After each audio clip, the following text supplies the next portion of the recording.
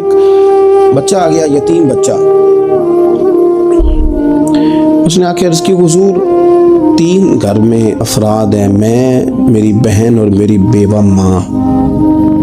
والد حضور چلے گئے اور آج نا 3 دن ہو گئے روٹی کوئی نہیں کھائی. میں اس منظر کو بھی جانتا ہوں کہ جب یتیم گھر میں اکٹھے بیٹھے ہوتے ہیں اور پتہ ہوتا ہے ان کو کہ ہماری اماں کے پاس آج پیسے کوئی نہیں اور گھر میں روٹی بھی کوئی نہیں، تو پھر ان کو بھوک ہی نہیں لگتی. ہاں نہیں لگتی. اماں پوچھتی ہے پتر روٹی کھانی ہے؟ نہیں میں تو سویرے جو کھایا تھا وہ ہضم ہی نہیں ہوا، منجی شاہی کوئی نہیں. یہ پردے اس طرح کر کے بچائے جاتے ہیں. ایک دوسرے کو تسلیاں دینا، ایک دوسرے سے پیار کا بڑھ جانا، ایک دوسرے کے لیے جذبات اور طرح کے بن جانا حکمت الہی کے تقاضے ہوتے ہیں. یا رسول اللہ صلی اللہ تعالی علیہ وسلم بیوہ ماں ہے، یتیم بہن ہے، 3 دن سے کھایا کچھ نہیں. قربان جائیں وہ گھر جہاں سے کائنات کھاتی ہے ساری. حضور نے فرمایا بلال جا کے ساری ازواج مطہرات سے پوچھ گھر میں کیا ہے. حضرت بلال کہتے ہیں میں سارے گھاری پوچھ آیا، ٹٹول آیا، ٹوٹل 21 کھجوریں نکلی. یہ 2 جہاں کے شاہ ہیں اور پاس کچھ رکھتے نہیں، 2 جہاں کی نعمتیں ہیں، ان کے خالی ہاتھ میں حضور کے سارے گھر کو میں ڈھونڈ 21 کھجوریں نکلی تو لا کے میں نے پیش کر دی. تو حضور نے ڈائریکٹ اس کو نہیں دی، نبی پاک نے اپنے ہاتھ پہ رکھ لی. اور کہتے ہیں پھر حضور نے نا اپنا منہ مبارک قریب کیا کھجوروں کے. صحابہ خود فرماتے ہیں کہ یہ جو حضور نے منہ مبارک قریب کیا نا تو نبی پاک برکت کی دعا کر رہے تھے. 21 کھجوروں پہ برکت کی دعا ہوئی. حضور نے اس بچے کو بلایا، تھپکی دی، فرمایا لے جا 7 تیری بہن کی. انہیں معمولی نہ سمجھنا ہو تو حضرت بلال کہتے ہیں حضور 3 بھی دے دینا کبھی تو 30 سال ختم ہی نہیں ہوتی. 30 سال گزر جاتے ہیں، نکالتے رہو، کھاتے رہو، ختم ہی نہیں ہوتی. حضور نے فرمایا 7 تیری بہن کی، 7 تیری والدہ کی، اور 7 حضور نے اور بھی تلقین فرمایا ایک سویرے کھایا کرنا، ایک شام کو کھایا کرنا. لے جا.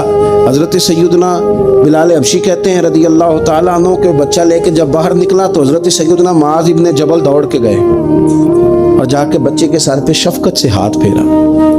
کا فکر نہ کرنا، رب کریم تجھے بہترین سرپرست عطا کرے گا، پتر پریشان نہ ہونا، اللہ تیری مدد کرے گا. صرف حوصلہ دیا، سر پہ دست شفقت پھیرا. بچہ چلا گیا تو حضور نے فرمایا معاذ ادھر آؤ نا ذرا. یا رسول اللہ حکم ہو. فرمایا کس چیز نے تمہیں اٹھایا بچے کے سر پہ ہاتھ رکھنے کے لیے؟ کس نے تمہیں کہا؟ کس چیز نے تمہیں اٹھایا جو تم بچے تک پہنچ گئے؟ عرض کی یا رسول اللہ وہ جو میرے دل میں اللہ نے یتیم کے لیے رحمت رکھی ہے نا اس نے مجھے اٹھایا تھا، اور میں نے جا کے اس کے سر پہ دست شفقت پھیرا. تو حضور فرمانے لگے سن پھر جو کسی یتیم کے سر پہ خالی ہاتھ بھی پھیر دے، جتنے بال اس کے ہاتھ کے نیچے آئیں گے نا رب اتنی خطائیں معاف کرے گا، اتنی نیکیاں دے گا، اتنے درجے اس کو بلند کر دے گا. خالی دست شفقت ہی پھیر دے. دینا دلانا تو بعد کی بات ہے، اس کا خیال رکھنا تو. یہ جو ہمارے مدارس ہیں نا ان میں اکثر بچے غریب ہوتے ہیں، لیکن کچھ بچے تگڑے گھروں کے بھی ہوتے ہیں، مالدار گھروں کے بھی ہوتے ہیں. اس میں اگر کوئی ایسا بچہ آ بھی جاتا ہے نا جو یتیم ہے، کمزور ہے، تو اپنے آپ کو محسوس نہیں کرتا کمزور، کیونکہ وہ یہ نہیں سمجھتا کہ میں یتیم خانے میں آیا ہوں. اس کے ذہن میں مائنڈ سیٹ یہ ہوتا ہے کہ میں مدرسے میں آیا ہوں اور میں پڑھنے کے لیے آیا ہوں. اور چونکہ وہ کچھ وزادار بچے، مالدار بچوں کے ساتھ وقت گزارتا ہے، اسی دسترخوان پہ بیٹھ کے کھاتا ہے، اسی کلاس میں سب کے ساتھ بیٹھ کے پڑھتا ہے، تو اس کی عزت نفس مجروح ہونے کی بجائے طاقت پکڑتی. وہ برابری کی سطح پہ جب آتا ہے تو اسے محسوس ہوتا ہے کہ مجھے عزت دی جا رہی. اس لیے مدارس اسلامیہ میری نظر سب سے مضبوط جگہ ہیں جہاں مساکین کی، یتیموں کی، غریبوں کی صحیح معنوں میں کفالت بھی ہوتی ہے، تعلیم بھی ہوتی ہے، عزت بھی ہوتی ہے، تربیت بھی ہوتی ہے. میرے رسول کریم علیہ السلام بڑے انہماک کے ساتھ، بڑے توجہ کے ساتھ. اچھا ایک کام اور ہوتا ہے ہمارے ہاں، وہ کیا ہے؟ اگر کوئی یتیم مال چھوڑ گیا نا اس کا باپ، تو پھر تو بارے نہیں آ رہے ہیں اس کے. پھر تو اللہ خیر کرے کہ بہت سارے مل جائیں گے کفالت کرنے والے، بہت سارے ملیں گے دھیان رکھنے والے، بڑے سارے ملیں گے توجہ دینے والے. قرآن مجید نے فرما دیا ہے کہ جو یتیم کا مال کھاتا ہے وہ سمجھ لے کہ میں مال نہیں کھا رہا، میں آگ کھا رہا ہوں.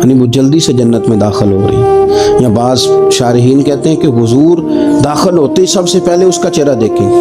حضور فرمائیں گے تو پہلے ہی آ گئی بی بی جنت میں. حضور نے دروازہ کھولا تو جلدی سے نظر آئی, تو پہلے آ گئی. سب نے لکھا ہے کہ اس عورت کی شان یہ ہے کہ سب سے پہلے جنت میں گئی. میں نے حدیث پڑھی تو میں نے نیچے حاشیے میں لکھا, میں نے کہا میرا خیال یہ ہے کہ اس کی زیادہ شان یہ ہے کہ جنت میں اس کی سب سے پہلی ملاقات مدینے والے محبوب سے ہو گئی. یہ دیکھو کتنی بڑی شان. حضور فرمانے لگے تو کیسے پہلے ہی آ گئی, کون ہے تو؟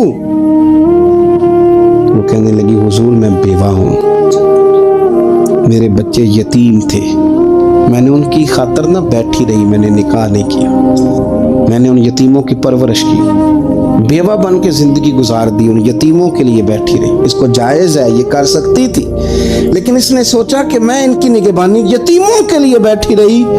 آج شان یہ ہے کہ مدینے والے کے لیے جب دروازہ کھلا ہے تو اس بی بی کو بھی رب کریم نے فوراً ہی جنت عطا فرما دی. یہ سب سے پہلے گئی. میں نے دیکھی ہیں ایسی عورتیں 23 سال میں بیوہ ہوئی پر عمر بچوں کے نام کر دی. اسے پتہ تھا کہ کل کو جب یہ بڑے ہوں گے تو یہ اپنے کمرے کا دروازہ بند کر لیں گے. یہ نہیں پوچھیں گے کہ اماں سوئی ہے کہ جاگ رہی ہے. ان کا آنا جانا الگ سے ہو جائے گا, ان کے تعلقات اپنے ہو جائیں گے, پر یہ بیٹھی رہی, یہ بیٹھی رہی. اس نے بچوں کو وقت دیا تو بچے تو کیا اس کو صلہ دیتے تھے, رب نے یہ صلہ دیا ہے کہ سب سے پہلے اسے جنت میں داخلہ عطا فرمایا. ابو داؤد شریف میں مسند امام احمد بن حنبل میں حدیث ہے, نبی پاک صلی اللہ علیہ وسلم کے چچا زاد تھے حضرت جعفر طیار, مولا علی شیر خدا کے بھائی تھے, جنگ موتا میں شہید ہو گئے.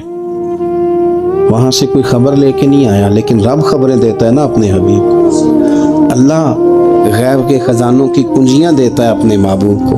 نبی کریم صلی اللہ تعالی علیہ وسلم نا ان کے گھر گئے. ان کی زوجہ کا نام اسماء بنت امیس تھا. حضور نے فرمایا اسماء میرے بھتیجوں کو میرے پاس لاؤ, محمد بن جعفر اور عبداللہ بن جعفر رضی اللہ تعالیٰ عنہ. بچے قریب آئے, حضور کو پتہ ان کے والد شہید ہو گئے. نبی پاک نے اپنی ناک مبارک ان کے رخساروں پہ رکھے, پھر حضور نے ان کا ماتھا چوما, پھر نبی پاک صلی اللہ علیہ وسلم نے سینے سے لگایا, فرمایا حجام کو بلاؤ نا ذرا, ان کے بال تراشے کتنی بڑے ہو گئے, حجامت ہونے والے. حضور پیار کر رہے تھے, آنکھوں میں آنسو تھے, تو جناب اسماء قریب آئیں, کہنے لگے حضور میرے شوہر کی کوئی خبر آ گئی ہے؟ تو نبی پاک صلی اللہ تعالیٰ علیہ وسلم نے گردن مبارک اٹھائی تو آنکھوں میں آنسو تھے. فرمایا رب نے میرے بھائی کو شہادت کا درجہ عطا کیا ہے. فرمایا کوئی آہ و بقا نہ کرنا میرے بھائی پر, اللہ نے اسے شہادت کا درجہ دیا ہے. حضرت جعفر طیار کے گھر والوں کے لیے حضور نے صحابہ کو حکم دیا کہ یہ غم میں ہیں, ان کے لیے کھانے پکا کے لاؤ. پھر نبی پاک ان بچوں سے پیار کرنے لگے, فرمانے لگے یہ جو ہے نا محمد بن جعفر یہ اپنے دادا جناب ابو طالب سے ملتا جلتا ہے, اور یہ جو عبداللہ بن جعفر ہے یہ تو سارا میرے ساتھ ملتا جلتا ہے. نبی پاک صلی اللہ علیہ وسلم پیار کرتے, باتیں کرتے. حضرت اسماء رونے لگی. یہ ابو داؤد شریف میں مسند امام احمد بن حنبل میں چمکتے جملے. عرض کرنے لگی حضور میرے بچوں کا کیا بنے گا, کون کفالت کرے گا؟ قربان جائیں رسول پاک صلی اللہ علیہ وسلم کے کیا جملے, یتیموں کے لیے حضور کا نوازنے کا کیا انداز ہے. فرمایا اسماء تو فکر نہ کر, انا ولیہم فی الدنیا والآخرہ. فرمایا میں دنیا میں بھی ان کا وارث بنوں گا, قیامت کے دن بھی ان کا وارث بنوں گا. قرآن مجید فرقان حمید ارشاد فرماتا ہے کہ وَذَرُوا ظَاهِرَ الْإِثْمِ وَبَاطِنَهُ, ظاہری گناہ بھی چھوڑ دو اور باطنی گناہ بھی چھوڑ دو. صاحب تفسیر ساوی اس کی تفسیر کرتے ہوئے فرماتے ہیں کہ ظاہری گناہ تو انسان کے یہ ہے نا, جیسے معاذ اللہ کسی نے قتل کر دیا, ڈاکہ ڈال دیا, بددیانتی کر لی, خیانت کر لی. اور باطنی گناہ یہ ہے کہ اس نے حسد کیا, تکبر کیا, بغض رکھا, بدگمانی کی, برا سوچا, اپنے دل کے اندر اس نے کینہ پروری کی. یہ سب وہ باطنی گناہ ہے جو انسان کے دل کو بگاڑ دیتے ہیں, اس کے باطن کو میلا کچیلا گدلا کر دیتے ہیں. انتہائی خوبصورت, نفیس, پڑھے لکھے, صاف ستھرے, سمجھدار, اچھے گھرانے کے لوگوں کو یہ باطنی گناہ اس طرح کا بنا دیتے ہیں کہ وہ ایک خود غرض انسان بن جاتا ہے. اس کا رویہ انسانوں کے حق میں انتہائی بد اخلاقی کا ہو جاتا ہے۔ یہ جو باطنی گناہ ہیں، یہ جو باطن کے میل کچیل ہیں، حضرت سیدنا امام غزالی رحمۃ اللہ علیہ فرمایا کرتے تھے ظاہری اعمال کا باطنی اوصاف کے ساتھ خاص تعلق ہے۔ فرماتے ہیں اگر باطن خراب ہو جائے تو ظاہری اعمال بھی خراب ہو جاتے ہیں، اور اگر باطن اجلا ہو، خوبصورت ہو، صاف ستھرا ہو، عاجزی والا ہو، انکساری والا ہو، خیر خواہی والا ہو، اللہ کے بندوں کی محبت والا ہو، اچھی سوچ والا ہو، اس کے اندر یہ ساری خوبصورتیاں موجود ہوں تو پھر انسان کا باطن بھی سنور جاتا ہے۔ ہمارے دلوں کے اندر بعض ایسی چیزیں ہوتی ہیں جو ہمارے لیے انتہائی خطرناک ہوتی ہیں۔ حسد کا سادہ معنی جو ہمارے ہاں کیا جاتا ہے وہ جلنا ہے۔ تو مجھے بتائیے جو آدمی جل رہا ہوگا وہ سکون کیسے پائے گا؟ بغض کا معنی دل پر کسی کے لیے بوجھ رکھنا بھی کیا جاتا ہے۔ تو جب اپنے دل میں کسی کے لیے بوجھ رکھا جائے گا، تکلیف محسوس کی جائے گی تو کیا انسان قرار پائے گا؟ تکبر کا معنی یہ ہے کہ آپ نے اپنے آپ کو بڑا جانا، کسی کو چھوٹا اور حقیر سمجھا۔ تو جب ہر وقت آپ اپنی بڑائی ہی کے چکر میں پڑے رہیں گے تو کیا دل کو قرار آئے گا؟ تو یہ وہ باطنی اور روحانی مسائل ہیں جو سامنے والے کا تو شاید کچھ نہیں بگاڑتے، لیکن اپنے آپ کو وہ تکلیف میں، اذیت میں، پریشانی میں مبتلا کر دیتے۔ تو ان روحانی مسائل کی معرفت رکھنا، ان کا خیال رکھنا، نبی اکرم نور مجسم صلی اللہ تعالی علیہ وسلم نے فرمایا تمہارے وجود میں گوشت کا ایک لوتھڑا ہے، اگر وہ ٹھیک ہو گیا تو سارا جسم ٹھیک ہو گیا، اگر وہ بگڑ گیا تو ہر چیز ہی بگاڑ دے گا، بگڑ گئی ساری چیزیں۔ یا رسول اللہ صلی اللہ تعالی علیہ وسلم وہ کون سا لوتھڑا ہے؟ تو فرمایا وہ تمہارا دل ہے۔ اگر تمہارے دل کے اوپر میل کچیل ہو، بغض ہو، عداوت ہو، کینہ ہو، حسد ہو، تکبر ہو، بدگمانی ہو تو سارے جسم کو بگاڑ دے گا، تمہیں شدید تکلیف میں مبتلا کر دے گا۔ لیکن اگر دل صاف ہو، اگر دل میں عجز ہو، اگر دل میں محبت ہو، اگر دل میں خلوص ہو، دل میں للہیت ہو، اگر دل کے اندر کسی کے لیے درد ہو، خیر خواہی ہو، تو پھر یہ دل باقی اعمال کو بھی سنوار دے گا۔